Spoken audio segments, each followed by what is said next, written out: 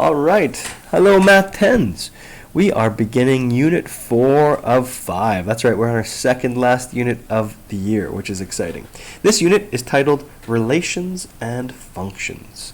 So, a relation in math is just a relationship, as simple as that. To define that, a relation is a comparison, really, of two sets of data. So usually you have like an input or an independent variable and a dependent variable, and you're going to see how they compare. Is there a connection between the two? Is there some sort of trend, maybe on a graph if you compare them? So you can have lots of types of relations. Like, for example, you could have a relationship between the value of your computer over time. So as time goes on, obviously the value decreases.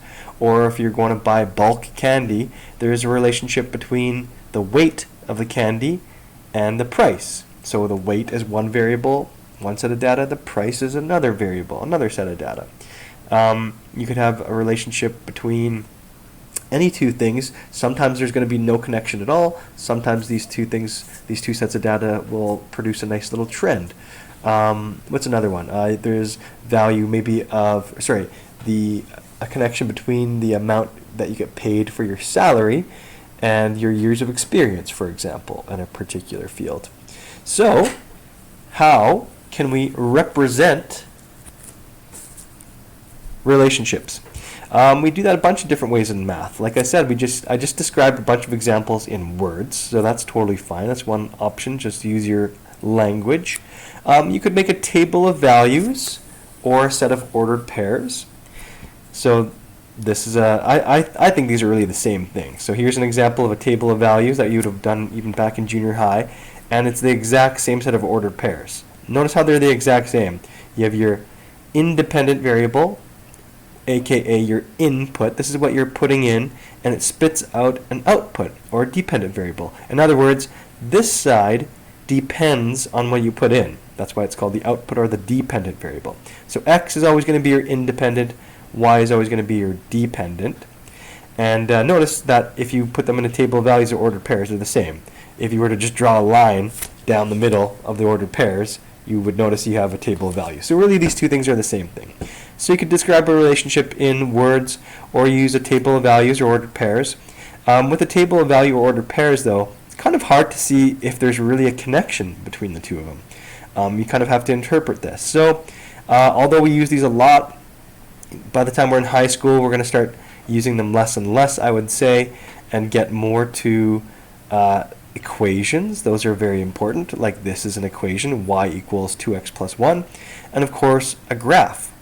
All of these describe the same, can be used to describe the same relationship, but why would you use different methods? Well, equations are very powerful, especially if you have to do some calculations or predictions using numbers. Graphs are nice because they give you a beautiful visual. That's really the only reason we graph things, is to see if there's a visual connection, or maybe you can see a trend easier that way. But probably the most powerful is the equation, because we can manipulate the equation for different inputs and outputs, and I don't know, they're just really easy to use. So the higher levels you go, the more you'll use an equation. But obviously we're going to be doing a lot of graphing in this chapter as well. One that I skipped is called an arrow diagram. I will probably leave that for another day. It's honestly not very common. There's some examples in your textbook, but basically it's almost the exact same as this, except your input would point to an output on the right. So it's essentially the same as like table of values, except it honestly can be a little bit messier. But I'll be using some examples, maybe just a couple examples of that over the maybe next couple lessons. Here's an example of the graph. Here's a Cartesian plane. In junior high, oftentimes you just graph things like this. That's because in junior high, maybe you didn't have very many negative values. But really, you have 4 quadrants in a proper graph. You have quadrant 1, 2, 3, and 4. It goes counterclockwise, kind of like the sun would go rise in the east and set in the west. Quadrant 1, 2, 3, and 4. And we'll be dealing a lot with Cartesian planes and graphs this unit as well. If I were to graph, for example, that same equation, actually, you know what? This set of ordered pairs matches this equation, which will now graph. You could use either these. One reason that a table of values or set of ordered pairs is useful is it helps beginners graph, but there's going to be way faster ways we learn in high school to graph an equation like this. For example, knowing slope y-intercept form, which is going to be coming up in our next few weeks too. But anyway, let's do it the old school, slow turtle way. 0, 1, if you were to graph these points on the graph, 0 is the x value, and the y value is 1. So we're going to line up with x of 0, which is right here in the middle, and up to 1, so that's 0, 1 point right there. And now we're going to go to 1, 3, so it's over to 1 and up to 3, so 1, 2, 3, that would be this point right here, that's 1, 3.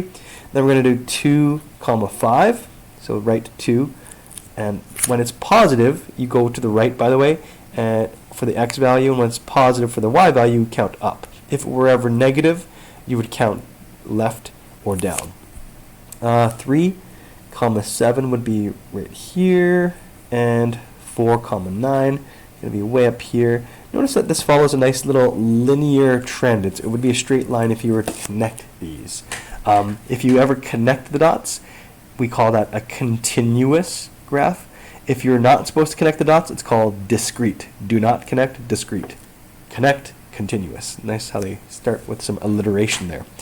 And if you were to continue this pattern, by the way, notice how we're always going right 1, up 2, right 1, up 2. We can go left 1 and down 2. The next point would actually be here, which would be negative 1 on the left, and also negative 1 down. Negative 1, negative 1 would be that point there.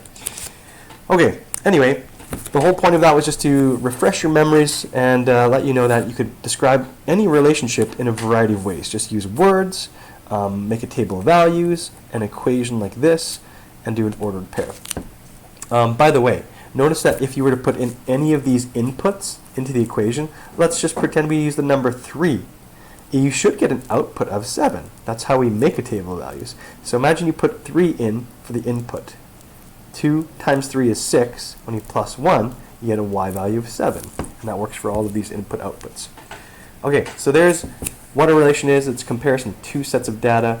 And yeah, one thing I should really mention on this is when you graph things, you always put the dependent variable on the y-axis, an independent variable on the x-axis. So the y is what you're measuring, it's your output, which depends on your input. Okay? And again, input, independent variable, I'll use those interchangeably. They both start with in.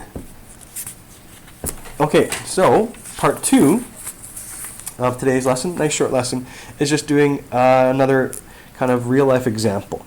So here's an example of something described in words. As you guys know, the value of a new car depreciates over time, and you could actually put some specific numbers in there. For example, if I were to give you this equation, how would you kind of fix the wording of this even more? So imagine you bought a brand new car for $20,000, and V is going to stand for value, and that unit is going to be in dollars, and T is going to be time, and that will be the age of your car in years, okay? So imagine you started brand new, $20,000. This means it loses $1,000 every year.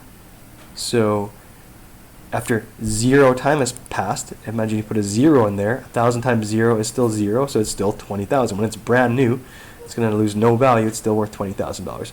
But as soon as you put 1 year in there for T, it's 20,000 minus 1,000 times 1, which is still 1,000. So now your value is going to be 19,000. If you put 2 years in there, obviously 20,000 minus 2,000 is going to be 18,000, so on and so forth.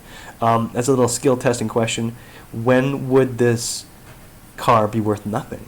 When would its value be 0? I know, of course, in reality, you can always sell it for scrap spare parts or whatever, but scrap metal. But the answer would be after, what, 20 years, right? Because when you graph this, you would never have a negative value, and you can't go back in time. So notice I only use quadrant 1 when we graph this. So if we were to fix this, the wording of this, you would say the value of $20,000